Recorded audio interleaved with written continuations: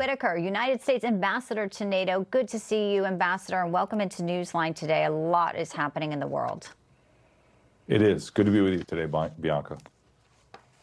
All right, we know that Zelensky does not want to give up land. That's been the situation from the beginning. It does seem like Putin is digging in his heels, saying, I will continue on.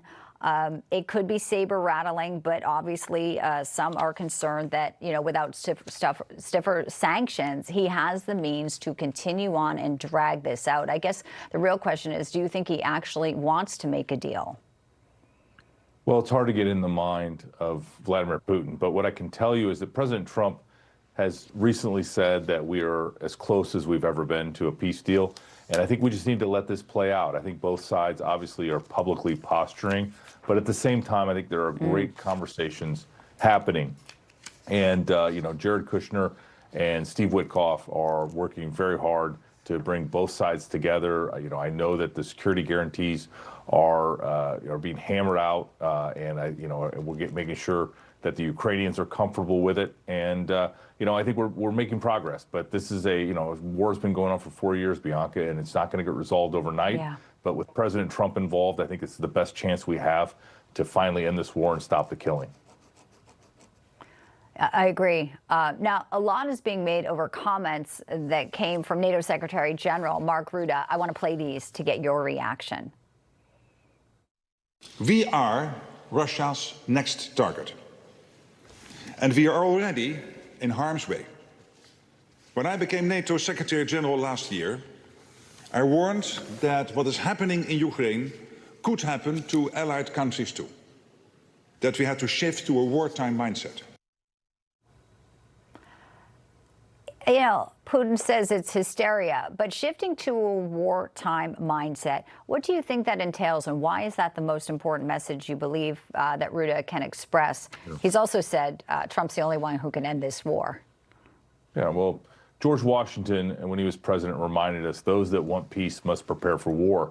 And I think that's what he's trying to say. It is pretty obvious to me that right now Russia looks to be trying to expand their reach and, you know, take over traditional lands. The quote at the beginning of this story that you read from Vladimir Putin, you know, it's liberating historically Russian lands. I mean, you know, he is very much trying to grow the country of Russia.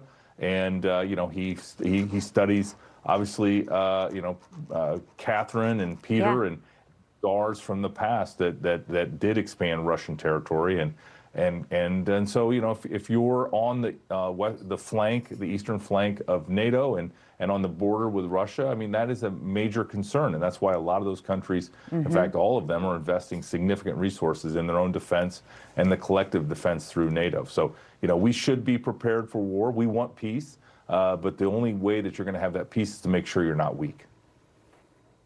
Yeah, and something that's on the radar, no doubt, for Vladimir Putin, and I think is one of the most underreported stories right now, is the connection to Maduro and Venezuela. So we had the big story yesterday where President is ordering a blockade of all oil tankers leaving and entering Venezuela.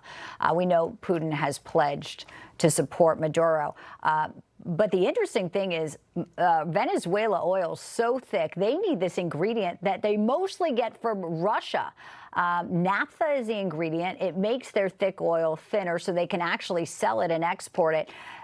Ambassador Whitaker, I just want to get your take on all of this, because even if President Trump doesn't do anything more, that between Venezuela and Russia could obviously prevent the sale of oil and even losing Maduro, another alliance that Putin in this world does not have if that comes to pass.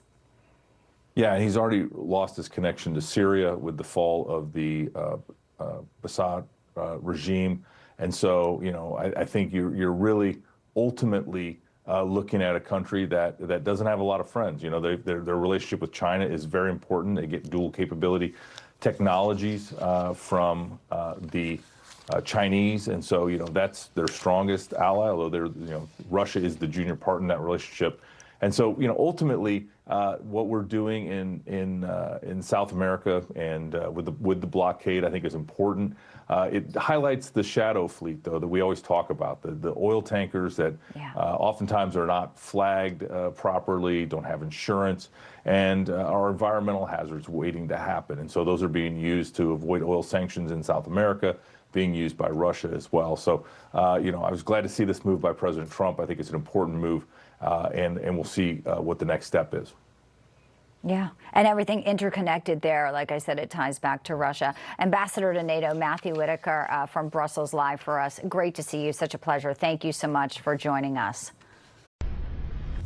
Information. Truth is freedom.